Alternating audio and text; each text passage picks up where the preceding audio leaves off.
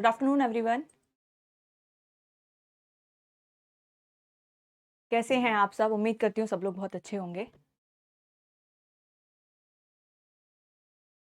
And I wish you a very very happy Holi. आज हमारा जो चैप्टर है, एज यू ऑलरेडी नो कि हम लोग अपनी एनसीईआरटीज़ हैं उनको कवर कर रहे हैं। 6th क्लास के एनसीईआरटी के 2 चैप्टर हमारे हो चुके हैं। उसके बाद जो 7th क्लास की एनसीईआरटी है उसमें 2 चैप्टर्स हैं जो हमारे सब्जेक्ट से रिलेटेड हैं। एक चैप्टर हम ऑलरेडी कर चुके हैं। उसके बाद नेक्स्ट जो हमारा चैप्टर है, हम यहाँ पे देखेंगे किसके बारे में? बाजार। इससे पहले वाली जो क्लास थी वहाँ पे हमने क्या देखा था? बार्टर सिस्टम को देखा था, यानी कि वस्तु विनिमय से लेके जब हम कहाँ तक जा रहे थे, मनी तक जा रहे थे, वहाँ तक की हमने अपनी क्या देखी थी? जर्नी देखी थी। Good afternoon everyone. ठीक है, तो जो ये आज का हमारा 7th क्लास की जो हमारी एनसीईआरटी है, 7th क्लास की जो एनसीईआरटी है, इसका ये चैप्टर किसके बारे में बात करता है? बाजार को समझना। तो आज हम क्या जानेंगे? बाजार को समझना। ठीक है, अंडरस्टैंडिंग मार्केट।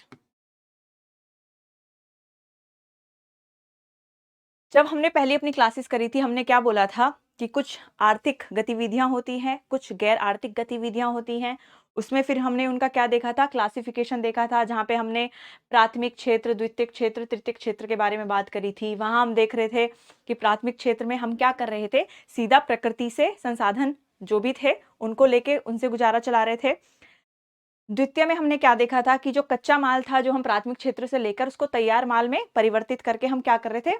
बेच रहे थे। अब आप देखो, बात हम किसकी कर रहे हैं? खरीदने की और बेचने की। ठीक है, यानी कि विक्रेता होंगे और खरीदार होंगे। लेकिन जो भी चीजें बनाई जा रही है, जो भी आर्थिक गतिविधियां हो रही हैं, जितनी भी वस्तुएं या फिर जो सेवाएं हैं, जो भी बन रही हैं, वो कहाँ तक पहुंचनी है? हम लोगों तक आनी चाहिए। यानी कि जो हम उपभोक्ता हैं, यानी कि हम क्या हैं? कंज्यूमर्स हैं। जो भी, चाहे प्राथमिक क्षेत्र रहा सही, चाहे फिर द्वितीय क्षेत्र रहा या फिर तृतीय क्षेत्र रहा, तीनों ही क्षेत्रों से जो भी आउटपुट आ रहा था वो कहाँ तक जाता है? कंज्यूमर्स के पास तक जाता है। तो उस कंज्यूमर तक चीजें कैसे पहुंचती हैं? किसकी मदद से पहुंचती हैं? वो है बाजार। तो हम बाजार को जानेंगे आज। बाजार को जानेंगे कि बाजार है क्या, कितने क्या प्रकार हैं इसके, ठीक है, और कैसे कैसे चीजें आगे बढ़ रही हैं। ठीक है, good evening, good afternoon everyone. Okay, I hope आप सब लोग अच्छे हैं। तो मैं क्या बता रही हूँ, आज का जो हमारा चैप्टर है, हम जानेंगे बाजार के बारे में। एक कोट है, किसने बोला है? एडम स्मिथ ने। जो ऐसे कोट्स होते हैं एनसीईआरटी में, जब हम स्टार्टिंग करते हैं तो ये चीजें लिखी होती हैं, तो आप इनको अपनी आंसर राइटिंग में, इनको तो आप प्रॉपर नोट्स बना सकते हो कि किसने क्या चीज बोली है। तो जब हम अपनी आंसर राइटिंग करेंगे, मेंस में लिखेंगे, अगर इस टॉपिक से रिलेटेड कोई भी ऐसे अगर आया है, अगर ऐसे भी आया है, या फिर जो हमारा इकोनॉमिक्स का जीएस का पेपर है वहां पे अगर कोई चीज इससे रिलेटेड है, तो अगर आप ऐसे कोट से स्टार्ट करोगे और बताओगे कि ये चीज एडम स्मिथ ने बोली और उसके बाद अपना आंसर करोगे, तो उसका बड़ा अच्छा इंपैक्ट पड़ेगा। ठीक है, तो यहाँ पे क्या बोला है एडम स्मिथ ने कि जो समृद्धि है, हम बात करके आए थे ना डेवलपमेंट की, प्रॉस्पेरिटी की, ग्रोथ की, तो ये कहाँ से उत्पन्न होती है? बाजारों से उत्पन्न होती है। सोचो, समृद्धि की जो हम बात कर रहे हैं वो कहाँ से उत्पन्न हो रही है? बाजारों से उत्पन्न हो रही है, जहां लोग उन वस्तुओं और सेवा, अब सीधी सी बात है, सब लोग हर चीज का उत्पादन नहीं कर सकते हैं। ठीक है, हम लोग हर चीज का उत्पादन नहीं कर सकते हैं। तो जो हम उत्पादन कर सकते हैं वो ठीक है। जिस चीज का हम उत्पादन नहीं कर पाते, हम बाजार से वो चीजें खरीदते हैं, चाहे वस्तु हो या फिर सेवाएं हो। ठीक है, तो हम क्या करेंगे? जिसका उत्पादन हम स्वयं नहीं कर पाते हैं, हम उन्हें क्या करते हैं? आदान प्रदान होता है उनका, कि वस्तुएं ले ली, बदले में पैसा दे दिया। ठीक है, सेवाएं ले ली, बदले में पैसा दे दिया। ठीक है, एक बार इंग्लिश वाले बच्चों के लिए देख लेते हैं। Prosperity arise from markets. इसी, सारा जो आज का चैप्टर है इसी के बारे में है, मार्केट के बारे में है। ठीक है, जहां पर जो लोग हैं वो एक्सचेंज करते हैं सेवाओं को, गुड्स को और सर्विसेज को, जो वो खुद क्रिएट नहीं कर सकते, खुद प्रोड्यूस नहीं कर सकते हैं। ठीक है, अभी जैसे मैं आपको बता रही थी कि हम 3 चीजें पढ़ के आए थे, प्राथमिक, द्वितीयक, तृतीयक। तो बाजार क्या करता है? बाजार इन सारी आर्थिक गतिविधियों को आपस में जोड़ता है। आपस में क्या करता है? जोड़ता है। ठीक है, अब कोई अगर ऐसा पर्सन है जिसके गांव के पास में तालाब है, ठीक है, वो मान के चलो कि किसका पार्ट है, वो प्राथमिक क्षेत्र का है, वहाँ से मछलियाँ पकड़ता है। मछलियाँ पकड़ के जो अपना चल रहा है, ठीक है, उसको फिर बाजार में ले जाके क्या करता है, बेचता है। ठीक है, तो बाजार का रोल आया है ना, पूरी आर्थिक गतिविधि को बाजार ही है जो आपस में जोड़ के रख रहा है। ठीक है, जिसके जो भी डाउट होंगे कमेंट सेक्शन में डालते रहेंगे, है ना।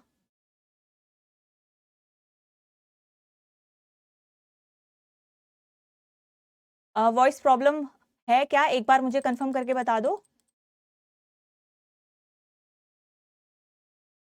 वॉइस प्रॉब्लम एक बार मेरे को बताओ, मुझे लग रहा है आपके एंड पे है, एक बार जल्दी से कंफर्म कर दो, क्योंकि एक स्टूडेंट बोल रहा है कि वॉइस में कुछ प्रॉब्लम है। प्लीज एक बार जल्दी से बता दे, फिर मैं आगे अपना चैप्टर कराऊंगी।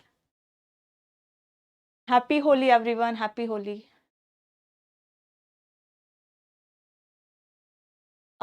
सुधा शायद आपके एंड पे थोड़ी प्रॉब्लम है, आप प्लीज चेक करो, है ना। वरना वॉइस क्लियर है।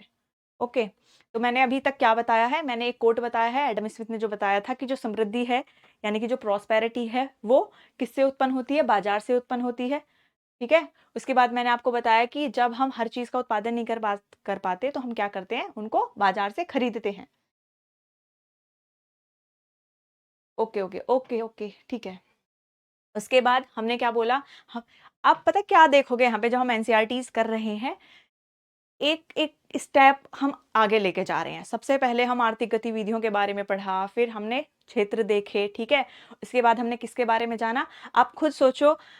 मैं बाजार वाला चैप्टर आपको नहीं करा सकती थी जब तक मैं आपको बार्टर सिस्टम यानी कि जो हमारा वस्तु विनिमय वाला चैप्टर था और उससे कहाँ तक की मुद्रा तक की जो जर्नी थी, जब तक मैं आपको वो चैप्टर नहीं कराती, मैं आपको बाजार के बारे में नहीं बता सकती थी। क्योंकि बाजार में क्या होता है, बाजार में जब हम वस्तुओं की खरीदते हैं या फिर बेचते हैं, तो उसके बदले में क्या होता है, पैसा देना पड़ता है। ठीक है, मॉनेटरी ट्रांजैक्शन है कि वस्तु ली पैसा दिया। तो आप खुद देखो कि कितना सीक्वेंस से एनसीईआरटी में कितना खूबसूरती से, मतलब सिक्स्थ में आप क्या चीजें पढ़ रहे हो, सेवंथ में आपने आपको और अपग्रेड कर रहे हो। हाँ जी, 3-4 को हॉलीडे रहेगा, क्लास नहीं रहेगी। ठीक है, अब हम किसकी बात पर आ गए, बाजार की बातें हम कर रहे हैं। तो बाजार किसको जोड़ता है, जितनी भी हमने प्राथमिक द्वितीयक तृतीयक क्षेत्र देखा था, हमने देखा था कि इनको आपस में बाजार जोड़ रहा है। अब आज का जो चैप्टर कंप्लीट होगा हमारा, अभी जो हमारा चैप्टर है यहाँ पे हम क्या क्या जानेंगे। पहला है कि बाजार क्या है और ये कैसे काम करते हैं, यानी कि बाजार क्या है और ये कैसे काम करते हैं। दूसरा हम क्या देखेंगे कि लोगों के जीवन में बाजारों की भूमिका क्या है।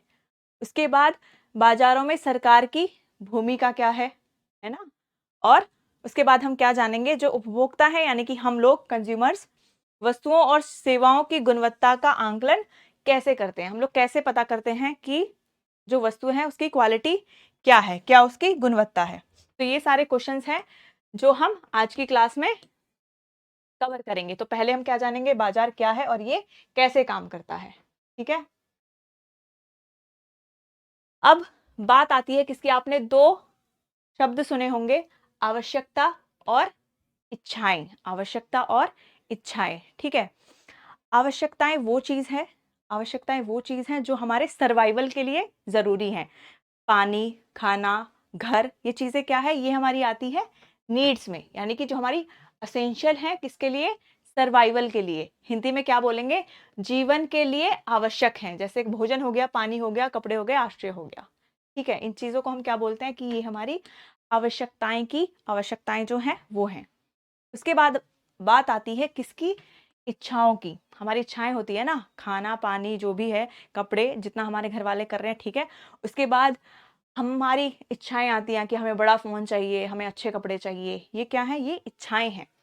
ये डिजायरेबल है यानी कि वांछनीय है, लेकिन नॉट असेंशियल। ऐसा नहीं है कि अगर मेरे पास बहुत महंगा फोन रहेगा तो ही मैं जिंदा रह सकती हूँ। ठीक है, तो ये क्या है, सिर्फ डिजायरेबल है, नॉन असेंशियल है। करने को कोई छोटे फोन में भी अपने आप को संतुष्ट कर सकता है।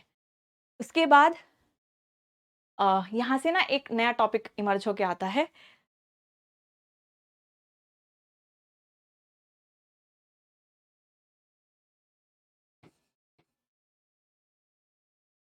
आप मेरे को बताओ कि अगर हम किसी चीज की इच्छा रख रहे हैं, मान के चलो मैं कह रही हूँ कि मुझे फोन चाहिए, एप्पल का फ़ोन चाहिए, बहुत महँगा आएगा, 1 लाख का आएगा। मेरे को फ़ोन चाहिए। क्या मैं बोल पाऊँगी कि ये मेरी माँग है? एक बार मेरे को जल्दी से बताओ कि अगर मेरी कोई इच्छा है कुछ खरीदने की, मान के चलो कोई एक्स वस्तु है जिसको मैं खरीदना चाह रही हूँ, इच्छा है बस मेरी, क्या मैं उसको माँग का नाम दे पाऊँगी? क्या मैं बोल पाऊँगी कि वो डिमांड है? क्या उसको डिमांड में कंसिडर करा जाएगा या नहीं करा जाएगा? एक बार जल्दी से बता दो। फिर यहाँ से एक नई चीज़ आप लोग सीख के जाओगे।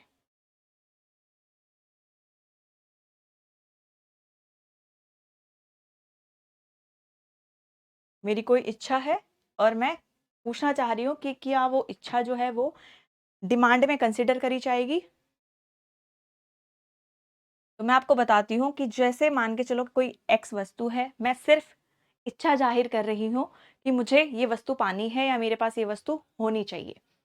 ये अभी तक सिर्फ़ आपकी इच्छा ही है। अब आप देखो ये वर्ड है माँग और ये है इच्छा, तो दोनों में अंतर तो है। मैं नहीं बोल सकती कि इच्छा जो है वो क्या है? माँग भी वही है ना? क्यों? अगर मैं बोलूँ कि मुझे ये एक्स वस्तु खरीदनी भी है प्लस मैं बोलूँ कि मेरे पास पैसा भी है इसको खरीदने के लिए। अगर मैं बोल दूँ कि एक्स वस्तु मुझे चाहिए, मेरी इच्छा है, मेरे पास होनी चाहिए। अगर उसके साथ मेरे को इसको पे करने की क्षमता भी हो जाए, है ना? एबिलिटी टू पे, इंग्लिश में क्या बोलते हैं? एबिलिटी टू पे, यानी कि इस वस्तु के भुगतान की क्षमता। और मैं तैयार भी हूँ कि जो इसकी कीमत है, एक्स वस्तु की मान के चलो 10 रुपए कीमत है। 10 ही मान लो, अभी तो एग्जाम्पल के लिए मैं बस तुम्हें समझा रही हूँ, है ना? कि अगर अगर मेरी इच्छा भी थी इसको खरीदने की, ऊपर से मेरे पास पैसा भी था, ठीक है? और जिस पैसे पे ये वस्तु मिल रही थी, मैं उतने पे खरीदने के लिए तैयार हूँ बिल्कुल। तो हम क्या बोलेंगे इसको कि फिर ये जो इच्छा है मेरी किसमें परिवर्तित हो जाएगी? माँग में परिवर्तित हो जाएगी। नहीं, नहीं प्रदीप, जो आप यहाँ पे डिमांड की बात कर रहे हो वो अलग है। एक डिमांड तो ऐसी होती है कि हमारे घर में डिमांड है, हमें ये चाहिए, वो चाहिए, वो चाहिए। हम उस डिमांड की बात नहीं कर रहे हैं, है ना? हम जो सब्जेक्ट पढ़ रहे हैं यहाँ पे, उसमें वर्ड यूज़ होता है डिमांड, है ना? जब माँग होती है, पूर्ति होती है, उससे हम क्या निर्धारित करते हैं? कीमतें निर्धारित करते हैं। ये वाला कॉन्सेप्ट आपको कहाँ पे हेल्प करेगा मेंस में? इन्फ्लेशन। कि महँगाई बढ़ती है तो उसके पीछे का रीज़न क्या है? 2 रीज़न हो सकते हैं। हो सकता है जितनी सप्लाई मार्केट में है, यानी कि जितनी पूर्ति मार्केट में है, अगर माँग बहुत ज़्यादा हो जाए तब भी क्या हो जाती है? महँगाई हो जाती है ना? या तो मतलब जो माँग है वो ज़्यादा हो जाए किसकी तुलना में? जो हमारी सप्लाई है उसकी तुलना में, या फिर ऐसी सिचुएशन आ जाए कि माँग तो उतनी ही है बट किसी रीज़न से जो सप्लाई थी वो कम हो गई, उस वाली सिचुएशन में भी जो कीमतें हैं वो बढ़ जाती हैं, है ना? तो यहाँ पे ये वाला कंसेप्ट समझ में आया? अगर आपकी कोई इच्छा है और आपके पास उसे खरीदने की क्षमता भी है और जिस अमाउंट पे वो चीज़ मिल रही है, आप खुश भी हो कि ठीक है, अगर इतने रुपए में मिल रही है, मैं इसको खरीदने के लिए तैयार हूँ। तब हम इसको क्या बोलेंगे कि ये माँग है। ओके? तो वांट्स, ठीक है। नीड्स आप समझ ही गए कि जो हमारी ज़रूरतमंद चीज़ें हैं, जिनके बिना हमारा सर्वाइवल नहीं हो सकता, ठीक है? जीवन के लिए जो भी आवश्यक चीज़ें हैं, वो हमारी नीड्स में आ जाएँगी। तो आज आपको ये पता होना चाहिए कि नीड्स यानी कि आवश्यकताएं, इच्छाएं, और तीसरा क्या आपने जाना है? मांग, कि तीनों में क्या अंतर है। ठीक है? उसके बाद जो आपकी एनसीईआरटी थी वहां पे एक एग्जाम्पल लिया गया था। किसका एग्जाम्पल लिया है? मतलब बाजार के बारे में बताया गया कि पुराने टाइम में ये एक ऐसी जगह थी जहाँ पे बाजार था। कौन सी जगह का जिक्र किया है इन्होंने? हम्पी बाजार का। किसका? हम्पी बाजार था 16वीं शताब्दी का, विजयनगर साम्राज्य कर्नाटक वहां पे। ठीक है? और किसके अपोजिट में था? विरूपाक्षा मंदिर के सामने स्थित एक समृद्ध बाजार है। ठीक है? बाजार केंद्र था। ये आपको बता रहे हैं कि पहले टाइम से ऐसे बड़े फेमस फेमस बाजार रहे हैं हमारे इंडिया में। तो ठीक है, उसके बाद क्या बताया यहाँ पे? क्या क्या बेचा जाता था?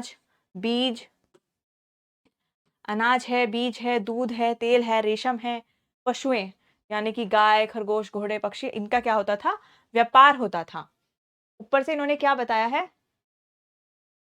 बिल्कुल दीक्षा, है ना? इसलिए मेरे को ये डिमांड का थोड़ा-सा मैंने बता दिया आपको कि ये हेल्प करता है, जो महँगाई है, मुद्रास्फीति, इन्फ्लेशन, उसको थोड़ा समझ में आ जाए वो ईज़िली। उसके बाद क्या बताया गया है कि जो पुर्तगाली यात्री थे, जैसे पेस्ट का नाम इन्होंने यहाँ पे लिया है। और प्रणव ये क्या करते थे, रत्न, माणिक, हीरे, उसके बाद कपड़े, घास भूसा प्रचुरता, इनका क्या करते थे, वर्णन कर। मतलब इन लोगों ने जो जो ये नाम लिए गए हैं, जो बाहर के देशों से लोग आए थे, इन्होंने जिक्र किया है इस पर्टिकुलर बाजार का, इसकी प्रशंसा की है। ठीक है, ये केस स्टडी के रूप में वहां पे दिया हुआ था। इसके बाद अब हमें क्या करना था, कंपेयर करना है कि जो पहले बाजार रहे हैं, पुराने समय के बाजार रहे हैं, और अब के जो बाजार हैं, बहुत परिवर्तन आ चुका है। जैसे आपको पता है ना, पहले क्या होता था, एक पर्टिकुलर स्पेस होता था, स्थान होता था, जहाँ पे जाके चीजें खरीदी बेची जाती थी। लेकिन अभी हमारे पास किसका टाइम आ गया है, ऑनलाइन। अभी हमें मार्केट में खुद से जाके चीजें खरीदने की जरूरत नहीं है। हम क्या कर सकते हैं, हम घर बैठे अपने फोन से जो ऐप हैं, ठीक है, जो बहुत बिजनेस हैं, उन्होंने जितने अपने सॉफ्टवेयर, जो एप्लीकेशंस अपनी बनाई हैं, उनके थ्रू हम खरीद जो चीजें हैं, घर बैठे और कितनी भी दूर से खरीद सकते हैं आसानी से, है ना। तो जो पुराने बाजार हैं और जो आधुनिक बाजार हैं, उनकी समानताएं और जो अंतर है, उनके बारे में बात हुई है। ठीक है, तो अभी धीरे धीरे हम देखेंगे। उसके बाद अब हम आते हैं अपने प्रॉपर कॉन्सेप्ट पे कि आखिरकार बाजार है क्या।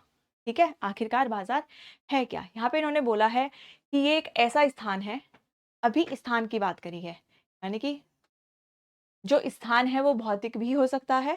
भौतिक यानी कि फिजिकल, जैसे बाजार लगते हैं ना, कहीं सैटरडे का बाजार लग रहा है, ठीक है, कहीं मंडे में कोई मार्केट लगती है, हम मम्मी पापा जाते हैं वहाँ पे लेके आते हैं सब्जी वगैरह, या मॉल हम जाएंगे, वो भी क्या है, एक आपका भौतिक स्थान है, या कह सकते हैं बाजार है। इसके बाद दूसरा क्या हो गया, ऑनलाइन। अब क्या है, ऑनलाइन का भी टाइम है। तो ये एक ऐसा स्थान है जहां पर क्या क्या चीजें होती हैं, जहां पर एक खरीदार होगा, ठीक है, खरीदार होगा यानी कि बायर होगा, उसके बाद विक्रेता होगा यानी कि सेलर होगा। किस चीज का आदान प्रदान होगा, वस्तुओं का और सेवाओं का। ठीक है, इसे एग्जाम्पल लिए गए हैं, हिंदी में बाजार भी बोलते हैं इसको, हट भी बोलते हैं। उसके बाद कन्नड़ में इसको ये बोला जाता है। और ये क्या है, ये लोगों, परंपराओं और विचारों को जोड़ते हैं। जो बाजार है किसका काम करते हैं, परंपराओं को जोड़ने का। ठीक है, तो अभी हमने क्या देखा, बाजार एक स्थान है, वो भौतिक भी हो सकता है और वो एक ऑनलाइन स्थान भी हो सकता है, जहाँ पे विक्रेता होगा, खरीदार होगा, किसी निर्धारित कीमत पर चीजों को खरीदेगा। ठीक है, जो खरीदार है खरीदेगा, विक्रेता उसको बेचेगा। अभी आगे देखेंगे भी हम कि जो कीमतें हैं वो कैसे निर्धारित होती हैं। हम बड़ी बात करते हैं ना कि जहाँ पे डिमांड और सप्लाई इक्वल हो जाएगी, वहां पे क्या हो जाती है, कीमतें निर्धारित हो जाती हैं। तो कैसे पता चलता है कि कीमत कैसे होनी है, बिल्कुल बिल्कुल, है ना। तो ये क्या है, ये एग्जाम्पल है जो आप लोग दे रहे हो, भौतिक भौतिक बाजारों का एग्जाम्पल है। उसके बाद ऑनलाइन के लिए तो आप अमेजोन, फ्लिपकार्ट, इतनी सारे एप्लीकेशंस हैं जो आप इस्तेमाल करते हो। पहले टाइम में था कि जो बाजार था उससे मतलब अगर हम बाजार की बात करते थे तो हमारे माइंड में सिर्फ ऐसे प्लेस आते थे, मतलब प्रॉपर स्थान आते थे। अभी हम अगर बाजार की बात करें तो हम अपने फ़ोन को भी इमेजिन करने लगते हैं कि आज मैंने अमेज़न से ये ऑर्डर किया, फ्लिपकार्ट से ये ऑर्डर किया, है ना? अब बाज़ार की विशेषताएँ क्या हैं? यानी कि मुख्य विशेषताएँ क्या हैं? पहली विशेषता क्या है? खरीदार और विक्रेता। इनके बिना तो बाज़ार, बाज़ार है ही नहीं, ठीक है? अगर खरीदार नहीं होगा, विक्रेता नहीं होगा, तो बाज़ार, बाज़ार है ही नहीं। तो हम क्या देख रहे हैं? हम ये अभी जो बाज़ार है उसकी विशेषताएँ देख रहे हैं। और पहला क्या है कि वहाँ पर खरीदार होना चाहिए और विक्रेता भी होना चाहिए, यानी कि लेन-देन पर, उसके बाद क्या होगा, वो लेन-देन पर सहमत होने वाले आवश्यक भागीदार। उसके बाद बात होती है किसकी? मूल्य की। अगर मान के चलो आप बाज़ार में गए, आपने जो विक्रेता था आपको सब्ज़ी खरीदनी थी, या फ्रूट्स मान लो, और उसने इतने महँगे फ्रूट्स बताए कि भई ये तो ₹500 किलो हैं। तो मेरा वहाँ पे खड़े होना और वहाँ पे जो विक्रेता है उसका खड़ा होना ट्रांज़ैक्शन को पॉसिबल नहीं बनाता, जब तक जो कीमतें हैं, हम दोनों ही उस पर तैयार नहीं हो जाते हैं कि चलो ठीक है, मुझे ये कीमत सही लग रही है, मैं इस कीमत पे खरीदने के लिए तैयार हूँ। वहीं पे जो विक्रेता है, वो उस कीमत पर बेचने के लिए तैयार हो जाए, तब तक ट्रांज़ैक्शन नहीं होती है, तब तक ट्रांज़ैक्शन नहीं होती है। जो आप बोल रहे हैं कि सिलेबस ओरिएंटेड पढ़ाइए, अभी आपको पता है कि जब हम ऐसे एग्जाम्स की तैयारी करते हैं, सबसे पहले अपनी बेसिक अंडरस्टैंडिंग के लिए हम लोग एनसीईआरटीज़ को प्रेफ़र करते हैं। आई थिंक बिना एनसीईआरटी के आप नहीं अपनी तैयारी शुरू कर सकते हैं सिविल सर्विसेज के लिए, ठीक है। तो ये उसी का बड़ा ही बेसिक और फाउंडेशन स्टेप है हमारा। तो प्लीज़ ऑब्वियसली सिलेबस कराया जाएगा, बट एटलीस्ट ये सिलेबस जो एनसीईआरटी का है ये कवर करें, बेसिक अंडरस्टैंडिंग अपनी जनरेट करें, और उसके बाद हम चीज़ें करेंगे ही, ठीक है। एनसीईआरटी का मतलब एनसीईआरटी है, अभी आपको कॉन्सेप्ट समझने हैं। उसके बाद क्या हाँ जी, होगा, है यहाँ पे, मैंने देखा था अभी, होगी। तो पहला क्या विशेषता आपने देखी है, खरीदार और विक्रेता। अभी ये चीजें कैसे आपके पेपर के लिए, कैसे आपके सिलेबस और पेपर से रिलेटेड है, वो भी यहाँ पे है, ठीक है। तो थोड़ा सा पेशेंस रखे। खरीदार विक्रेता की बात हो गई। मूल्य की, मूल्य कब कैसे डिसाइड होगा, वह राशि जो खरीदार देने के लिए तैयार है और विक्रेता स्वीकार करने के लिए तैयार है। ये कैसे होता है, ये बातचीत या फिर मोल भाव के द्वारा निर्धारित होता है। अगर वो मुझे फ्रूट्स 500 रुपए किलो दे रहा था, मैं ना लूं तो क्या वो बेच पाएगा उसको, ठीक है। तो मूल्य ऐसा मूल्य हो कि जहां पे जो खरीदार है वो देने के लिए तैयार हो जाए वो पैसा, और जो विक्रेता है वो उसे स्वीकार कर ले। ये दोनों चीजें जब होंगी तब हमारा लेन देन पॉसिबल है। हम वर्ड यूज करते हैं ना, ट्रांजैक्शन, ठीक है। तो ये क्या है, आपसी सहमति हुई है किस किस के बीच में, खरीदार के और विक्रेता के बीच में, और एक तय मूल्य पर जो हमारा लेन देन है वो पूरा हो चुका है, ठीक है। उसके बाद जो बाजार हैं ये काम कैसे करते हैं, जो बाजार हैं हमारे वो काम कैसे करते हैं। अब आप खुद भी देख रहोगे धीरे धीरे जो हमारा स्टेप्स हैं, जो हमारे स्टैंडर्ड है वो थोड़ा थोड़ा बढ़ता जा रहा है, ठीक है। बेसिक से अभी थोड़ा और टेक्निकल चीजें आ रही हैं, उसके बाद और आएंगी, तो धीरे धीरे हमारा हम एडवांस की तरफ जा रहे हैं। यहाँ पे हमने क्या जाना कि जो बाजार है वो क्या करता है, जो हमारी वांट्स हैं या फिर नीड्स हैं उनको फुलफिल करता है। अगर कोई व्यक्ति है, अगर कोई व्यक्ति है वो भी बाजार से ही वस्तुएं लेगा। परिवार, व्यवसाय जो भी हैं, इनकी आवश्यकताओं और इच्छाओं की पूर्ति कौन करता है, बाजार करता है। अगर बाजार नहीं होंगे तो जो चीजें हमें चाहिए वो हम कहाँ से ले पाएंगे, ठीक है। इसके बाद एग्जाम्पल इन्होंने बता दिया। यहाँ पे जो आपकी एनसीईआरटी थी, यहाँ पे एक प्रॉपर ऐसे फिगर दी हुई थी, तो शायद यहाँ पे इंक्लूड नहीं करी गई है। वहाँ पे क्या दिखाया जा रहा था कि एक विक्रेता था, क्रेता था, विक्रेता था, और अमरूद के लिए क्या हो रहा है, उनका संवाद हो रहा है, आपस में वो बातें कर रहे हैं कि क्या कीमत है, आप कितना दे रहे हो, नहीं मैं थोड़ा कम पे ही खरीद पाऊंगा अमरूद को। इस तरीके से अमरूद के लिए क्रेता विक्रेता क्या है, संवाद कर रहे हैं। इसमें क्या होगा, एक संतुलन मूल्य पहुंचा जाएगा। वो कहेगा 100 रुपए किलो नहीं भाई, इतना महंगा क्यों दे रहे हो, 80 का कर दो। कह रहा है 80 नहीं, 90 का कर लेते हैं। तो 90 पे हम वो चीजें खरीद पा रहे हैं। बिल्कुल, क्योंकि एनसीईआरटी के बिना तो कैसे ही कर पाओगे आप, है ना। एनसीईआरटी तो हर सब्जेक्ट की आपको करनी है। एडवांस पे जाएंगे बट थोड़ा बेसिक, क्योंकि यहाँ पे बहुत सारे बच्चे ऐसे भी हैं जो बहुत अभी इनिशियल एकदम पहली बार इकोनॉमिक्स को पढ़ रहे हैं, उनके लिए भी ये जरूरी है, और जो एडवांस पढ़ना चाहते हैं उनके लिए भी एनसीईआरटी तो जरूरी है ही। ओके, तो यहाँ पे हमने क्या देखा, उदाहरण देख लिया। उसके बाद हम देखेंगे कि जो मूल्य फिक्स्ड प्राइस भी होते हैं, कभी कभी मार्केट में क्या होता है, फिक्स्ड प्राइस। आप क्या चीज़ देखोगे, हम लोग जनरली क्या करते हैं, जब हम छोटे बाजारों में जाते हैं वहाँ पे हम मोल भाव करते हैं कि 10 का नहीं 5 का दे दो, 20 का नहीं 10 का दे दो, हम मोल भाव करते हैं ना। और वहीं पे अगर हम लोग बड़े बड़े मॉल में चले जाएं, अगर वहाँ पे हमें एक कॉस्मेटिक की चीज़, मान के चलो आपको आईलाइनर या कुछ भी मेकअप का कोई चीज़ लेना, अगर वो 1000 रुपये का देने के लिए तैयार है, हम तुरंत 1000 रुपये दे के लेके आ जाते हैं, करते हैं ना हम लोग ऐसे ही। तो हम क्या, वो क्या कहते हैं कि फिक्स्ड प्राइस है, क्या बोलेंगे वो, फिक्स्ड प्राइस है। और जहाँ पे जो लोग बिल्कुल अपना बस गुजारे के लिए बैठ के चीज़ों को बेच रहे हैं, वहाँ पे हम मोल भाव करते हैं, है ना। मतलब मेरे को ये चीज़ एथिकली बहुत रॉन्ग लगती है कि जब हम बड़े बड़े मॉल में जाएंगे वहाँ 1000 की जगह हम 1500 रुपये 2000 देने के लिए तैयार हो जाते हैं कि फिक्स प्राइस है। और वहीं जहाँ पे लोग सिर्फ अपना आज के दिन का गुजारा करने के लिए बैठे हैं, फ्रूट्स बेच रहे हैं या कुछ भी सब्जियां बेच रहे हैं, हम वहाँ पे बड़ा मोल भाव करते हैं, है ना। तो मेरे अकॉर्डिंग तो नहीं करना चाहिए इतना वहाँ पे, तो एटलीस्ट। तो ये क्या है, फिक्स प्राइस मार्केट्स होती हैं या सुपर मार्केट जैसे यहाँ पे बोला हुआ है ना, वो क्या कहते हैं, लेस निगोशिएशन। वहाँ पे हम ज़्यादा मोल भाव नहीं करते हैं, क्योंकि वो बोल देंगे पहले से ही कि भाई इतना ही प्राइस है। ओके, उसके बाद हम क्या बात कर रहे हैं, ठीक है।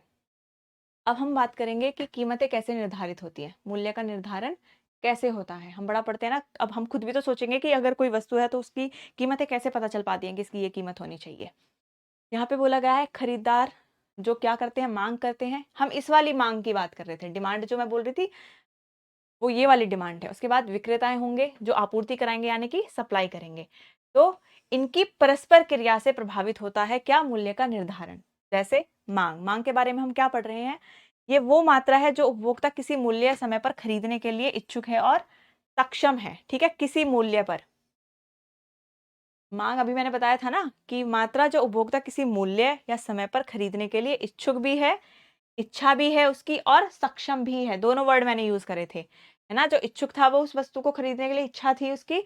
दूसरा मैंने क्या बोला था, वो उसको खरीदने के लिए सक्षम भी था, उसके पास पैसा था। और मूल्य भी उसको पता था कि ठीक है, इस मूल्य पर मैं इसे खरीदने के लिए इच्छुक भी हूँ और सक्षम भी हूँ। उसके बाद बात होती है किसकी, आपूर्ति की, यानी कि सप्लाई की। यहाँ पे ये वह मात्रा है जो विक्रेता किसी मूल्य समय पर बेचने के लिए इच्छुक है और सक्षम है।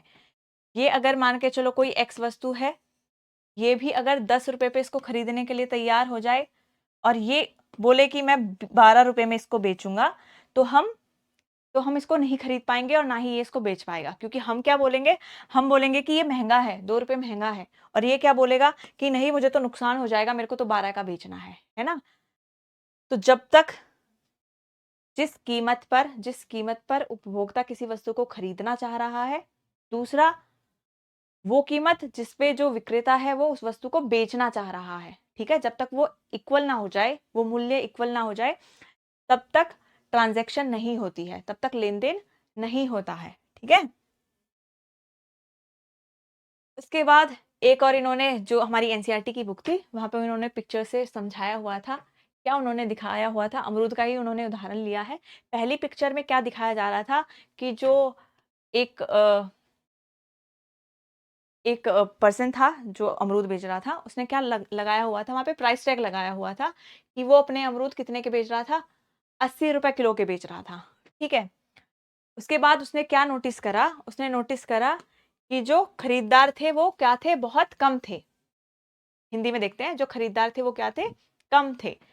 तो जो विक्रेता था उसके पास बिना बिका स्टॉक बच गया, क्योंकि लोगों ने कम खरीदा, किसी किसी ने खरीदा और उन्हें नहीं खरीदा, क्योंकि क्या लगा होगा उन्हें, उन्हें कीमत ज्यादा लगी होगी। तो उसकी जो अमरूद थे वो ज्यादा नहीं बेच पाया वो, और उसका स्टॉक बच गया। अब वो कल क्या कोशिश करेगा, वो कोशिश करेगा अगर उसको बेचने होंगे, वरना तो कल भी वापस लेके स्टॉक आ जाएगा वो। और अमरूद तो ऐसी चीज है जो खराब भी हो सकती है। तो वो नेक्स्ट डे क्या कर सोच के चलेगा कि 80 नहीं, थोड़ी सी कीमत कम कर देता हूँ, है ना, थोड़ी सी कीमत कम कर देता हूँ, तो उसके अमरूद वो बेच पाएगा। तो यहाँ पे क्या बोला था, पहला उदाहरण था जिसमें 80 रुपए किलो उसने लिखा हुआ था, खरीदार कम थे, विक्रेता के पास बिना बेचा जो माल था वो स्टॉक में बच गया। अगली बार वो क्या करेगा, कीमत कम करने की संभावना वहां पे हो जाएगी। ठीक है, उसके बाद सोचो अगर वो अपनी कीमत 20 कर दे, अगर वो जो कीमत है उनको घटा के 20 रुपए किलो कर दे, मतलब ऐसा हो जाएगा कि 1 घंटे में सारे उसके अमरूद जा सकते हैं, है ना, क्योंकि लोग वो लगेगा कि सस्ता है। यहाँ पे क्या हो जाएगी, जो हमारी मांग है वो ज्यादा हो जाएगी, डिमांड क्या है, हाई हो जाएगी, और जो उसका स्टॉक है वो जल्दी से वो बेच देगा। ठीक है, अगर ऐसी सिचुएशन होगी, अगर ऐसी सिचुएशन होगी तो वो क्या कहेगा कि अरे भाई 20 रुपए किलो जब मैंने बेचा, जल्दी से मेरा सारा स्टॉक चला गया। तो वो क्या करने की कोशिश कर सकता है, वो थोड़ी सी कीमत को बढ़ा सकता है कि जब 20 रुपए में मेरे सारे अमरूद चले गए, तो अगर मैं 25 से भी बेचूंगा तो भी लोग खरीदेंगे, है ना। तो यहाँ पे क्या हुआ था, क्योंकि उसका सामान कोई खरीद नहीं रहा था इतने हाई प्राइस पे, इतने ज्यादा उच्च कीमत पर, तो उस वो क्या कोशिश करेगा, जो कीमत है उनको कम करने की कोशिश करेगा यहाँ पे। ठीक है, इस वाली सिचुएशन में क्या करेगा, कीमतें कम करने का सोचेगा। और यहाँ पे क्या हो जाएगा, जब बहुत ही ज्यादा अगर उसकी कीमतें होंगी तो उसका स्टॉक जल्दी से वो चला जाएगा, और ऐसी सिचुएशन में क्या रहेगा, मांग ज्यादा रहेगी, है ना, मांग ज्यादा रहेगी 20 रुपए किलो में। तो आपको पता है जब मांग ज्यादा रहती है तो ये क्या करेगा, यहाँ पे ये थोड़ा सा कीमतों को बढ़ाने की कोशिश करेगा। और एक ऐसी सिचुएशन आएगी जहां पे, हाँ, इसमें क्या करा उन्होंने, 20 से कितना बढ़ा दिया, 40 बढ़ा दिया। तो इक्विलिब्रियम प्राइस कहाँ पे आया है, 40 पे। यहाँ पे बैलेंस्ड, बैलेंस यानी कि प्रॉफिटेबल, जो सेलर था यानी कि जो विक्रेता था, जो क्रेता था यानी कि जो उपभोक्ता था, खरीदार, वो दोनों ही क्या है, संतुलन में है, दोनों ही क्या है, संतुलन में। अब जो 40 रुपए कीमत निर्धारित करी गई है अमरूदों की, अगर हम बात कर रहे हैं किसकी, हम बात कर रहे हैं खरीदार की। जो हमारा खरीदार है उसके लिए भी ये कीमत सही है। पहले क्या था, 80 था, 80 रुपए किलो थे। उसकी तुलना अगर हम करेंगे तो उसको क्या लगेगा कि ठीक है, अगर 40 रुपए किलो हमें अमरूद मिल रहे हैं तो हम खरीद लेंगे। ठीक है। उसके बाद जो विक्रेता होगा वो भी कहाँ पे, पहले 20 थे, लो प्राइस में उसका 20 था ना, 20 से वो 40 पे खुश रहेगा कि चलो ठीक है, 40 पे भी वो बेचने के लिए तैयार है, क्योंकि जब वो 80 में बेच रहा था तो कोई उसका जो अमरूद था उसको खरीद नहीं रहा था। ठीक है। तो संतुलन कीमत क्या मानी गई, 40 मानी गई, जहां पे जो संतुलन बना है, यानी कि इस कीमत पर जो खरीदार है वो अमरूद खरीदने के लिए तैयार है, और जो विक्रेता है यानी कि जो सेलर है वो इतने पे बेचने के लिए तैयार है। तो आपस में क्या बन गया, संतुलन बन गया, और कीमतें जो है वो निर्धारित हो गई। ठीक है। तो यहाँ पे हमने क्या सीखा है कि जो विक्रेता है वो मात्रा की जो आपूर्ति को समायोजित करने के लिए खरीदार की जरूरतों का आकलन करता है। ठीक है। तो खरीदार, उस जो विक्रेता था, जो सेलर था, उसने देखा था ना कि अगर मैं 80 के बेच रहा हूँ तो कोई खरीदने नहीं आ रहा, 20 के बेच रहा हूँ तो सब लोग खरीद के जा रहे हैं। ठीक है। लेकिन 20 रुपए में सब खरीद के तो जा रहे थे, लेकिन उसको तो कीमतें कम लग रही होंगी ना, उस सेलर को तो लग रहा होगा कि ये तो कीमतें बहुत कम है, थोड़ी बढ़ा देता हूँ। तो विक्रेता जो मात्रा पूर्ति को समायोजित करने के लिए खरीदार की जरूरतों का आकलन करता है। समय के साथ समय के साथ बाजार की शक्तियां बिल्कुल सही कीमतें निर्धारित करती हैं। ठीक है। कि जैसे पहले 80 था, फिर 20 था, फिर वो कंक्लूजन पे आएगा कि 40 ठीक है, 40 पे वो भी खरीदने के लिए तैयार है, और मैं भी जो अपनी वस्तु है उसको बेचने के लिए तैयार हूँ। ठीक है। अब आप कुछ चीजें नोटिस करते होंगे क्या, कि जो वेजिटेबल्स होती हैं, जब बाजार लगते हैं सोमवार का, संडे का जो भी बाजार लगता है, आप क्या देखते हो कि अगर आप थोड़ा शाम को थोड़ा लेट जाओगे ना उन बाजार में, जो भौतिक स्थान है जो हमने अभी बात करी थी, यहाँ पे एग्जाम्पल लिया है साप्ताहिक मंडियाँ, आप यहाँ पे देखोगे ना, अगर हम थोड़ा लेट जाते हैं तो सब्जियां और ज़्यादा सस्ती हो जाती हैं, और ज़्यादा सस्ती। किस रीज़न से हो जाती हैं, क्योंकि उन्हें पता है कि जो चीज़ें वो बेच रहे हैं, सब्जियां या फिर फ्रूट्स, वो खराब हो सकते हैं। तो अगर खराब हो गए तब तो उनको कुछ नहीं मिलना। तब अगर फ्रूट्स खराब हो गए तो ज़ीरो प्राइस में लेंगे ना उनके, इससे अच्छा ठीक है, अगर 20 के वो बेच रहे थे, उन्हें 20 रुपए किलो अगर बेच रहे थे, तो अगर 15 रुपए किलो भी बेच देंगे तो भी एटलीस्ट 15 रुपए तो उनके आए, जो लागत है एटलीस्ट वो तो वो वसूल कर लेंगे अपनी। ये बताया हुआ है आपके एनसीईआरटी में। और क्या बताया था, डिस्काउंट इस पर, वूलन्स पर, इन विंटर एंड, जब सर्दियां खत्म होने वाली होती हैं तो डिस्काउंट आते हैं ना, बहुत सारे अलग अलग ब्रांड पे डिस्काउंट है। क्यों, क्योंकि उन्हें क्या करना है, जो अपना जो अपना इन्वेंट्री है, यानी कि जो अपना स्टॉक है उसको कम करना है, क्योंकि नया सीजन आने वाला है तो उसका स्टॉक चाहिए। सीजनल डिमांड जो है वो ड्रॉप भी हो गई है। हाँ, क्योंकि सर्दियां खत्म होने के एंड पे आई हैं, तो उनको क्या लगेगा कि अब मांग कम है सर्दियों के कपड़ों की। तो आपको पता है जब मांग कम है इसकी तुलना में, सप्लाई की तुलना में, तो कीमतें क्या होती हैं, कम हो जाती हैं। ठीक है। अब आप में से कोई कह रहा था एडवांस, यहाँ पे हमारे पेपर से क्या रेलेवेंस है, हमने ये टॉपिक पढ़ा तो हमारा एग्जाम से तो कुछ तो रिलेट करता होगा ये। तो यहाँ पे क्या बोला है, यहाँ से हम किसको समझ पा रहे हैं, मांग को, और आपूर्ति जो है यानी कि डिमांड और सप्लाई है, उनका इक्विलिब्रियम कैसे डिसाइड होता है। ठीक है। बिल्कुल चंदन, है ना। तो यहाँ पे हमने क्या समझा है, मांग को और सप्लाई को, यानी कि डिमांड और सप्लाई को, इनके इक्विलिब्रियम को हमने जाना है। हम टैकल कर सकते हैं अगर हमें ये कंसेप्ट क्लियर है, अगर हमें ये मांग का, सप्लाई का कंसेप्ट थोड़ा सा समझ में है, तो हम जो इन्फ्लेशन, यानी कि जो इन्फ्लेशन जैसी चीजें हैं, मुद्रास्फीति, मूल्य नियंत्रण, या फिर जो कृषि बाजार है उनसे संबंधित जो प्रश्न है, हम उनको समझ सकते हैं। ठीक है।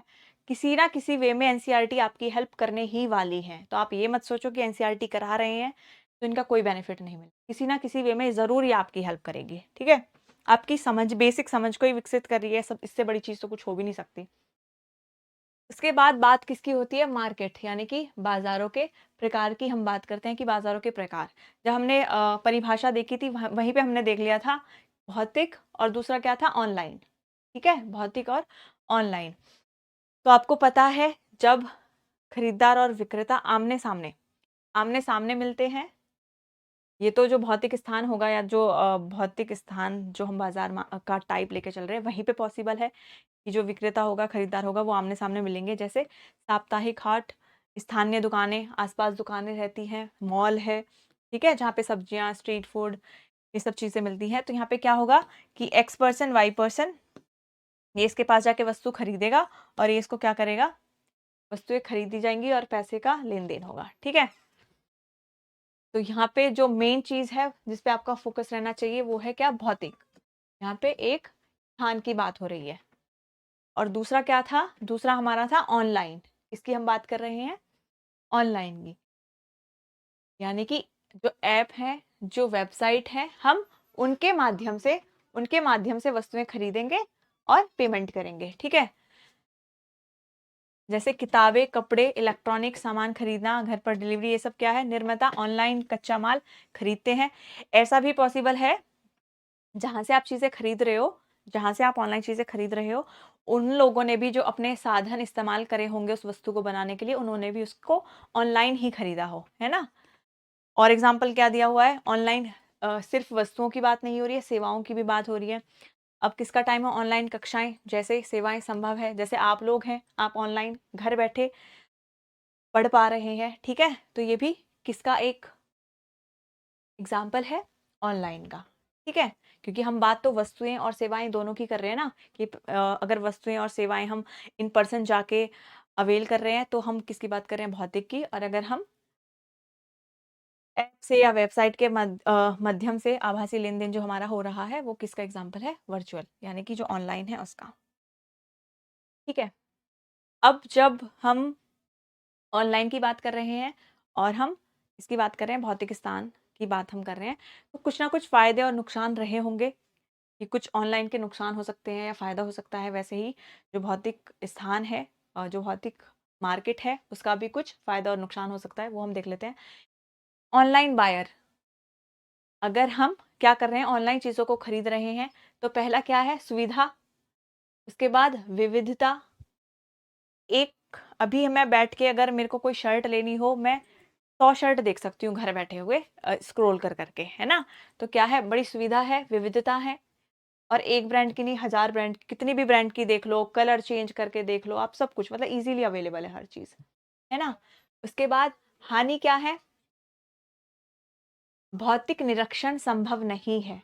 हम ऐसा एक्सपीरियंस करते हैं कि हमने ऑनलाइन कोई चीज़ मँगाई, हमें बड़ी अच्छी दिखाई दी वो, ऐसा लगा कि बहुत ही अच्छी चीज़ है, अच्छा लगेगा कपड़ा हम पर, लेकिन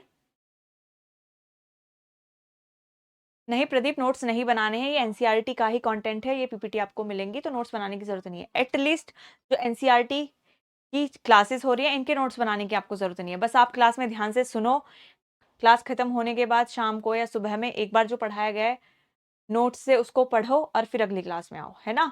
क्योंकि अगर साथ के साथ रिवाइज़ नहीं करोगे, तो चीज़ें भूलते चले जाओगे, ठीक है? तो यहाँ पे क्या बात हो रही है? पहला फ़ायदा क्या था? सुविधा है, विविधता है। हानि क्या है? कि हम लोग उनका भौतिक निरीक्षण नहीं कर पाते, कि हमने कोई वस्तु मँगाई, कोई शर्ट मँगाई, उस पे लगा कि साइज़ ठीक आएगा, घर पहन के देखा तो साइज़ ठीक नहीं था या क्वालिटी बहुत ख़राब थी या कलर जैसा हमने देखा था वैसा नहीं था, ठीक है? तो क्या होता है कि निरीक्षण करना संभव नहीं हो पाता है, जब हम ऑनलाइन चीज़ों को खरीदते हैं। तो एक सा इसका नुकसान भी है, ठीक है? नुकसान के बाद बात होती है किसकी? ऑनलाइन विक्रेता की, जो चीज़ों को बेच रहे हैं। पहला है व्यापक रीच, यानी कि वाइडर रीच। अगर एक दुकान या फिर एक कोई बाजार मेरे यहाँ पे है, मेरे स्थान पे है, तो कितने ही लोग वहाँ पे जा पाएँगे। लेकिन अगर आप ऑनलाइन की बात करोगे, पूरे ऑल ओवर इंडिया, पूरे भारत से लोग विज़िट कर सकते हैं उस साइट को और वहाँ से वस्तुओं को खरीद सकते हैं, ठीक है? तो पहला क्या है? व्यापक पहुँच है, बहुत सारे लोग रीच कर सकते हैं उस विक्रेता को ऑनलाइन घर बैठे अपने फ़ोन से। हानि क्या है? लॉजिस्टिक लागत। लॉजिस्टिक कॉस्ट जो है मतलब वो उस वस्तु को वहाँ पर पहुँचाने में, मान के चलो आपने जो चीज़ ऑर्डर करी है वो केरला में बन रही है, ठीक है? केरला में ही उसका मैन्युफैक्चरिंग है, तो केरला से यहाँ से आने में जो लागत लगेगी, किसमें आ रही है? वो लॉजिस्टिक कॉस्ट में, ठीक है? लॉजिस्टिक कॉस्ट उसकी मानी जाएगी, ओके? इसके बाद हम बात करते हैं, अब हम आ रहे हैं भौतिक वाले उस पे। इसमें क्या है, फिजिकल बायर। अगर हम जाके चीजें खरीदते हैं तो क्या है, हम उत्पाद को छूकर अनुभव करके देख सकते हैं। हम देखते हैं ना कपड़ा कैसा है, अगर हमें शर्ट चाहिए खुद हाथ लगा कैसे चेक करेंगे कपड़ा कैसा है, को पहन के भी देख सकते हैं कि साइज ठीक है या नहीं है। उसके बाद टाइम कंज्यूमिंग है, ये इसका नुकसान है कि जब हम बाजार जाते हैं सुबह से शाम हो जाती है, खरीद हम 4 ही वस्तु पाते हैं, है ना? जबकि ऑनलाइन में घर बैठे आराम से चीजें खरीद सकते हैं। तो यहाँ पे जो फिजिकल बायर हैं यानी कि जो भौतिक खरीदार हैं उनके लिए फायदा तो ये है कि हम चीजों को छूकर अनुभव कर कर देख सकते हैं, लेकिन नुकसान क्या है कि बहुत समय लगता है। ठीक है, बहुत समय लगता है। उसके बाद अगर कोई भौतिक विक्रेता है तो एक तो उसका सीधा संपर्क हो रहा है किससे, खरीदार से, उसका क्या हो रहा है, सीधा संपर्क होगा। और हानि क्या होगी, सीमित पहुंच होगी, है ना? मैंने अभी बताया था ना आपको कि अगर कोई एक ऐसे दुकान हो या फिर कोई मॉल हो तो वहां पे सिर्फ उस एरिया के लोग हैं जो विजिट कर सकते हैं और उन वहां से चीजों को खरीद सकते हैं। वहीं पे अगर हम ऑनलाइन की बात करें तो कितना भी दूर दूर से पूरे भारत से हम उस पर्टिकुलर सेलर से जो वस्तुएं हैं उनको खरीद सकते हैं। ठीक है, तो यहाँ पे जो पहुंच है वो क्या हो जाती है, हमारी बहुत सीमित हो जाती है। इसके बाद हम किसकी बात कर रहे हैं, सेवाओं की। भौतिक बाजारों की आवश्यकताएं वाली सेवाएं, यानी कि कुछ ऐसी सेवाएं हैं जिनके लिए भौतिक बाजार ही जरूरी है। जैसा पहला इन्होंने क्या एग्जांपल दिया, सिलाई, सैलून, यानी कि व्यक्तिगत संपर्क। यहाँ पे हमें जाना पड़ेगा, ये चीजें हम घर बैठे, इवन ये चीज भी अभी पॉसिबल है। ऐसे होता है ना, अगर आपको ऑनलाइन आप कुछ कपड़ा मंगा रहे हैं तो आप उनको ऑनलाइन मेजरमेंट भेज दो, सारी मेजरमेंट ऑनलाइन ही भेज दो और वो उसको स्टिच करा के भेज देते हैं, है ना? बाकी यहाँ पे हमें ही जाने की ज़रूरत है। उसके बाद एक और मार्केट का नाम लिया गया है, क्या है, स्टॉक और शेयर मार्केट, यानी कि जो आपका शेयर बाजार है। यहाँ पे ये वस्तुएं और सेवाओं के लिए नहीं है। ठीक है, इस पर बाद में विचार किया जाएगा, ये हम डिटेल में बाद में पढ़ेंगे।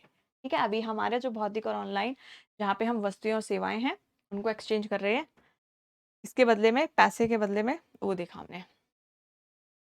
इसके बाद ठीक है, हमने बाजार जान लिया क्या है, उसकी विशेषताएं क्या थी वो हमने अच्छे से जानी, सबने एक एक करके। ठीक है, उसके बाद हमने क्या जाना था कि प्रकार हमने उसके देखे, ऑनलाइन था, भौतिक था। उसके बाद बात किसकी हो रही है, घरेलू बनाम अंतरराष्ट्रीय बाजार। ऐसा तो जरूरी नहीं है अगर हमें वस्तुएं चाहिए तो हमें भारत से ही चाहिए। अब तो बहुत सारी वस्तुएं ऐसी हैं जो हम इंपोर्ट करा सकते हैं, आयात करा सकते हैं, और कुछ हमारे यहाँ पे भी ऐसी चीजें हैं जिनका हम क्या कर सकते हैं, निर्यात कर सकते हैं। तो बाजार अब एक पर्टिकुलर देश या फिर एक पर्टिकुलर सीमा में ही पॉसिबल नहीं है, हम उससे बाहर जाकर भी खरीदारी और चीजें बेच सकते हैं।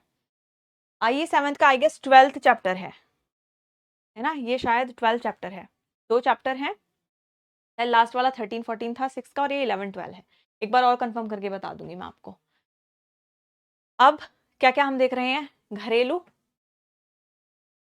घरेलू बाजार के बारे में हम बात करेंगे। यहाँ पे क्या हो रहा है, जो ट्रांजैक्शन हो रही है, ट्रांजैक्शन मैंने आपको बताया था ना जब मैंने पहला वो लिया था कि एक सेलर होगा, ठीक है, एक बायर है। सेलर यानी कि विक्रेता, बायर यानी कि जो हमारा खरीदार है। ठीक है, सेलर है और बायर है। एक क्या होगा, कीमत निर्धारित होगी जिसपे ये बेचने के लिए तैयार है, और जो खरीदार है ये खरीदने के लिए तैयार है। अगर ऐसी सिचुएशन हो जाएगी तो हम मान लेंगे कि वहां पे ट्रांजैक्शन हो जाएगी, लेन देन हो जाएगा। तो घरेलू मार्केट की अगर हम बात कर रहे हैं तो जो ये ट्रांजैक्शन होती है ये कहाँ पे होती हैं, एक देश की सीमा के भीतर होने वाला जो लेन देन है वो, यानी कि भारतीय मिलों से पुस्तक छपाई के लिए कागज, तो ये सारा काम कहाँ पे हो रहा है, भारत के अंदर ही हो रहा है। तो हम बोलेंगे कि ये क्या है, घरेलू बाजार का एक उदाहरण है। इसके बाद बात होती है इंटरनेशनल, यानी कि अंतरराष्ट्रीय, सीमा पार व्यापार, कि जो हम खरीद रहे हैं वस्तुओं को या फिर हम बेच रहे हैं वस्तुओं को, वो कहाँ पे कर रहे हैं, देश से बाहर कर रहे हैं। ठीक है, एक्सपोर्ट की बात होती है, यानी कि निर्यात। निर्यात में क्या होगा, हम बेचेंगे, किसको बेच रहे हैं, हम घरेलू वस्तुओं को, घरेलू वस्तुओं को हम बेच रहे हैं, और उनके खरीदार कौन है, उनके जो खरीदार हैं वो दूसरे देश के लोग हैं। वो क्या है, दूसरे देश के लोग हैं, यानी कि जो निर्यात है, घरेलू वस्तुओं की विदेशों में बिक्री। ठीक है, हम क्या कर रहे हैं, जो हमारी घरेलू वस्तुएं हम उनकी विदेशों में बिक्री कर रहे हैं। जैसे भारत की सॉफ्टवेयर सेवाएं कहाँ पे उनकी बिक्री होती है, अमेरिका में। ठीक है, उसके बाद हम किसकी बात कर रहे हैं? अंतरराष्ट्रीय के बारे में पढ़ रहे हैं। अभी हमने निर्यात देख लिया, अब हम देखेंगे आयात। आयात में क्या होगा? हम खरीदेंगे, हमारे देश में वस्तु खरीदी जाएंगी और ये वो वस्तुएं होंगी जिनका उत्पादन कहाँ पे हुआ है? किसी बाहर के देश में हुआ है, यानी कि विदेशी वस्तुओं की खरीद। हम जो विदेश की वस्तुएं उनकी खरीद कर रहे हैं। जैसे एग्जाम्पल दिया है, मलेशिया इंडोनेशिया से वनस्पति तेल हम क्या कराते हैं? आयात कराते हैं। ठीक है, इसके बाद इंडिया के ट्रेड के बारे में कुछ चीजें बताई हैं। क्या बताया है? कि हम लार्जेस्ट इंपोर्टर हैं किसके? वेजिटेबल ऑयल, यानी जो पाम, सनफ्लावर, सोयाबीन है। 2024 की बात यहाँ पे करिए। 2024 में जो वनस्पति तेल है, हम इनके क्या हैं? सबसे बड़े आयातक हैं। हम ऐसे हैं कि जो सबसे ज्यादा अमाउंट में इन चीजों को अपने देश में लेके आते हैं, इनका आयात करते हैं। उसके बाद जब निर्यात की बात आती है, तो जो सॉफ्टवेयर है या फिर रसायन है या फिर जो दवाइयां हैं, हम इनका क्या करते हैं? निर्यात करते हैं। मतलब हमारी वस्तुएं हैं, ये घरेलू वस्तुएं हैं, लेकिन इनके खरीदार कौन है? बाहर के देश में बैठे लोग। ठीक है, और आयात की चीजें बताई गई हैं। एयरक्राफ्ट के पार्ट जो है, मिनरल्स जो हैं, इलेक्ट्रॉनिक्स जो है, हम इनका क्या करते हैं? आयात करते हैं। अब हमारे पेपर से कैसे रेलेवेंस है इन चीजों का? कहाँ से कोरिलेट करेंगी ये हमारे पेपर से? तो यहाँ पे आप क्या देखोगे? जब हम बैलेंस ऑफ ट्रेड की बात करते हैं, किसकी बात करते हैं हम? व्यापार संतुलन की पढ़ते हैं ना हम वहाँ पे। एक्सपोर्ट कितना है, इंपोर्ट कितना है। ठीक है, इसके बाद WTO के बारे में हम पढ़ेंगे कि क्या है ये ऑर्गेनाइजेशन, क्या काम करती है, कब बनी है ये। ठीक है, विश्व व्यापार संगठन। इसके बाद इंडियाज एक्सपोर्ट इंपोर्ट पॉलिसीज, कि हमारे जो देश है यहाँ पे क्या नीतियां हैं एक्सपोर्ट, आयात और निर्यात को लेके। ऐसे क्वेश्चंस भी पूछे जाते हैं कि हमारा जो देश है किस वस्तु का सबसे बड़ा निर्यातक है, किस वस्तु का सबसे बड़ा आयातक है ना? ये सारी चीजें ही हमारे पेपर से ओरिएंटेड है, पेपर से ही रिलेटेड है। ठीक है, पर यहाँ पे एनसीईआरटी क्योंकि हम कर रहे हैं, तो बेसिक चीजें पता होना चाहिए था कि बाजार है, बाजार के प्रकार हैं, फिर जो वस्तुओं का लेन देन है वो एक निश्चित सीमा में नहीं, उससे बाहर भी होता है, क्या हम उसे बोलते हैं, ये सारी चीजें डिटेल में थी। ठीक है, इसके बाद हम बात करते हैं किसकी? थोक बनाम खुदरा बाजार, यानी कि होलसेल और रिटेल। अगर हम किसी चीज का मैन्युफैक्चरिंग कर रहे हैं, मान के चलो अगर हमारा कोई फैक्ट्री है जिसमें हम शर्ट्स बनाते हैं, तो क्या ये पॉसिबल है कि हम फैक्ट्री से ही सीधा जो कंज्यूमर हैं, जो उपभोक्ता हैं या जो खरीदार हैं, सीधा वहां तक वस्तुएं पहुंचा सके? ऐसा पॉसिबल नहीं है, क्योंकि लाखों में आप किसी वस्तु का जब निर्माण कर रहे हो या मैन्युफैक्चरिंग कर रहे हो, तो लोगों तक पहुंचाने के लिए लोगों के पास तक पहुंचाने के लिए हमें मिडल मैन की जरूरत पड़ती है। ठीक है, बिल्कुल अर्जुन, पीडीएफ ऑब्वियसली आपके पास जाएगी। ये एनसीईआरटी की न्यू बुक्स हैं, न्यू एनसीईआरटी हैं ये सारी, है ना? पहले क्या था? पहले 9th 10th से हमारा सोशल साइंस जो इकोनॉमिक्स वाला पोर्शन है वो स्टार्ट होता था। इस बार 6th क्लास से ही एनसीईआरटी के चैप्टर जो हैं वो इंक्लूड कर दिए गए हैं, है ना? तो ये शायद मुझे ऐसा लग रहा है कि मार्केट में अभी आप लोग एक बार देखना कि है बुक्स या नहीं है, क्योंकि मेरे पास ऑनलाइन पीडीएफ है इन बुक्स की।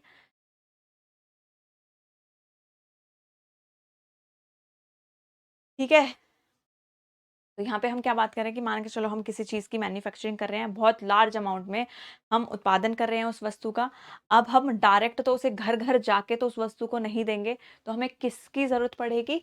हमें ज़रूरत पड़ेगी होलसेलर की। होलसेलर की, मान के चलो अगर 1 लाख जो शर्ट है हम बनाते हैं एक महीने में, तो अब 1 लाख शर्ट को लेके हम घर घर नहीं जाएंगे बेचने के लिए। तो हम क्या करेंगे?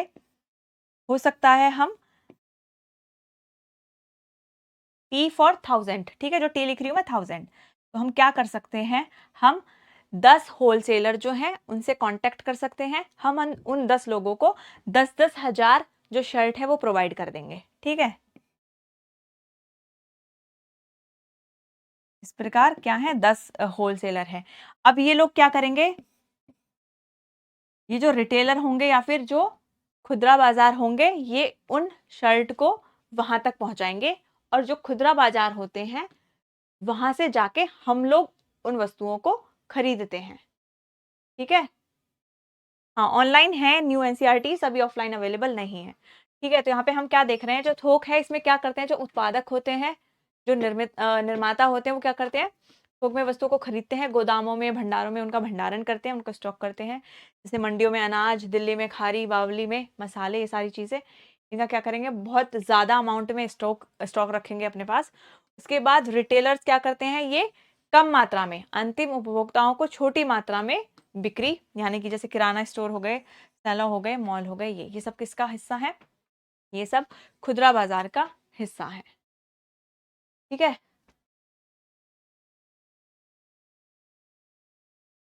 उसके बाद बात करी गई है इनपुट्स की, यानी कि जो प्रोड्यूसर थे, जो उत्पादक थे, जो निर्माता थे, वो क्या करते हैं, इनपुट्स लेते हैं, जो साधन है उनका इस्तेमाल करते हैं, उनकी मदद से क्या बनाते हैं, जो भी वस्तुएं हैं उनका निर्माण करेंगे, उनका उत्पादन करेंगे, फिर उनको किसको देंगे, जो थोक विक्रेता हैं उनको देंगे, और वो फिर वितरक होते हैं। अब सीधी एक ये चीज भी है कि जो थोक विक्रेता होते हैं वो डायरेक्टली कहीं कहीं पर अगर अमाउंट कम है, यानी कि जो मात्रा है वस्तु की वो कम है, तो जो थोक विक्रेता है वो सीधा किसको दे देते हैं, खुदरा विक्रेताओं को वस्तुएं प्रोवाइड करा देते हैं। अदरवाइज कहीं कहीं पर वितरक का रोल भी आता है, डिस्ट्रीब्यूटर का, जो क्या काम करता है, जो एक लिंक प्रोवाइड कराता है थोक विक्रेता और जो खुदरा विक्रेता है इनके बीच में। ये क्या करेगा, वस्तुओं को यहाँ से लेगा और उन्हें खुदरा विक्रेता को देगा, और ये क्या करेगा, ये कंज्यूमर जो है, यानी कि जो हम उपभोक्ता है, हमारे पास तक चीजों को पहुंचाते हैं।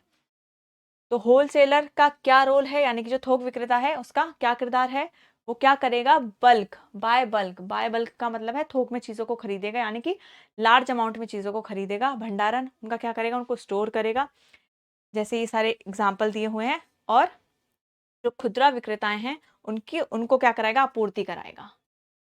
ठीक है, जो मैंने अभी एग्जाम्पल लिया था किसका, जो होलसेलर है, यानी जो थोक विक्रेता है, और जो दूसरा क्या था, खुदरा, इनके बीच में ब्रिज बनाता है, यानी कि उस दूरी को मिटाता है कौन, डिस्ट्रीब्यूटर। अभी बताया था ना वितरक, तो ये वितरक काम करता है इन दोनों के बीच में लिंक कराने का। ये वस्तुएं कहाँ से लेगा, होलसेलर से लेगा और रिटेलर्स को प्रोवाइड कराएगा। उसके बाद जो ये एग्रीगेटर्स हैं ऑनलाइन अवेल कराते हैं क्या चीज़ें, ये कंबाइन करेंगे कई विक्रेताओं के प्रस्तावों को मिलाकर पैकेजिंग और डिलीवरी करता है। इनको हम क्या बोलते हैं, इनको बोलते हैं हम एग्रीगेटर। ये कंबाइन करेगा मल्टीपल सेलर्स ऑफर, उसके बाद उनको पैकेजिंग प्रोवाइड कराएगा और उनकी डिलीवर करेगा। जैसे अमेजोन, अमेजोन खुद चीज़ों को मैन्युफैक्चर नहीं करता है, वो क्या करता है, जो सेलर्स हैं, जो बहुत सारे सेलर्स हैं, वहाँ से उनके ऑफर्स लेता है, उनकी वस्तुओं की पैकेजिंग करेगा और उनको डिलीवर करने में हेल्प करेगा। खुद अमेज़न चीज़ों को नहीं बनाता है। ठीक है? तो आई होप ये चीज़ें आपको समझ में आई होंगी आज की। ठीक है? तो ये आज का हमारा चैप्टर था। ये आज का हमारा चैप्टर था। इसके बाद अब आगे बढ़ेंगे हम। अगर थोड़ा बहुत इसमें रहता होगा नेक्स्ट क्लास में कराएँगे। और 6 की हमारी एनसीईआरटी हो गई, 7th की हमारी एनसीईआरटी हो गई। अब हम 8th क्लास की तरफ जाएँगे। ठीक है? 8th क्लास की जो एनसीईआरटीज़ होंगी, हम उनको नेक्स्ट क्लास में कवर करेंगे। तब तक 2 दिन की आपकी क्लास ऑफ है, तो कोशिश करना जितने भी 4 चैप्टर हमने ये पढ़े हैं, उनको एक बार रिवाइज़ कर लेना। कोई प्रॉब्लम हो तो आज टेलीग्राम पे ग्रुप जो खुलेगा, या फिर वैसे भी मेरे को तो आप पर्सनली मैसेज करके पूछ सकते हो कि क्या प्रॉब्लम है कोई भी, तो वो अपनी समस्या आप लोग बता सकते हो। नोट्स आपको प्रोवाइड करा दिए जाएँगे, हैंड रिटन नोट्स भी जा रहे हैं और ये पीपीटीज़ भी आपके पास पहुँच रही हैं। ठीक है? So thank you so much सुनने के लिए, और फिर से हैप्पी होली टू एवरीवन। अच्छे से अपनी होली को सेलिब्रेट करें। ठीक है? Thank you so much and take care.